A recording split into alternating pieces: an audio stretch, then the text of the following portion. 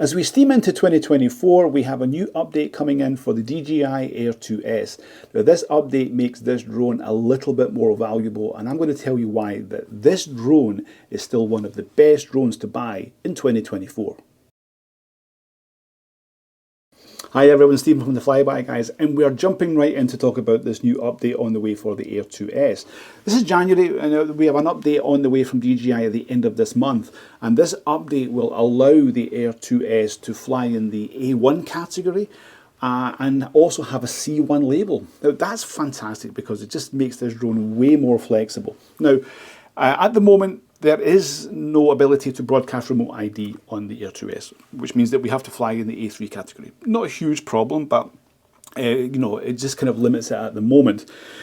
But the value that this drone will have from this new update will be the fact that, you know, we can fly in the A1, we'll have the C1 label, much like the Mavic 3 and the Air 3 as well, but also with the SDK that is available on this drone.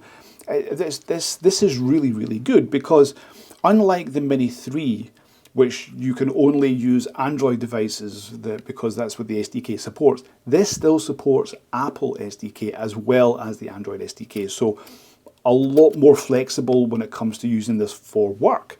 So really good drone. The size of the sensor, 1-inch sensor on here, again larger than the Mini 3, larger than the Air 3 as well. Fixed aperture, not so great, but you know, it's not so bad. But this is a great drone. So that's why I think that this drone, with this update coming in, will be hugely relevant and it will give it a lot more value, which means it's still a relevant drone in 2024. Now, what's the process of this update and how do you know, actually make it compliant? When the update comes in, you have to update immediately, okay, because you'll have to apply for the C1 labels. So as soon as you get the update and get that installed, you will then be able to make the application for the C1 labels. And that will take about 1 to 2 weeks to come through, depending on where you are. So that's why I think you should do it immediately, and that's what I'll be doing as well.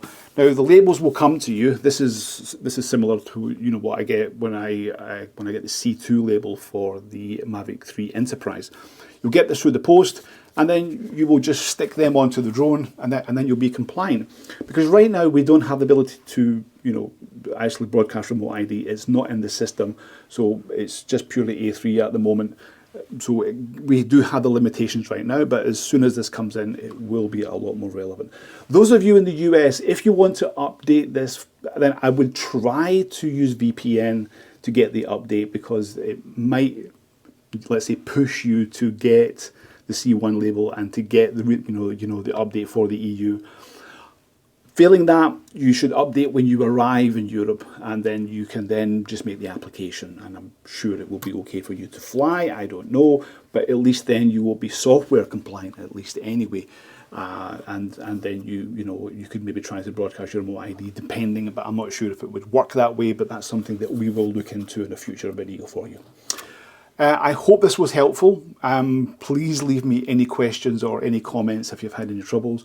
I'll do a video as soon as the update comes in, and I'll show you the process. And until then, we'll see you in the next video. Fly safe.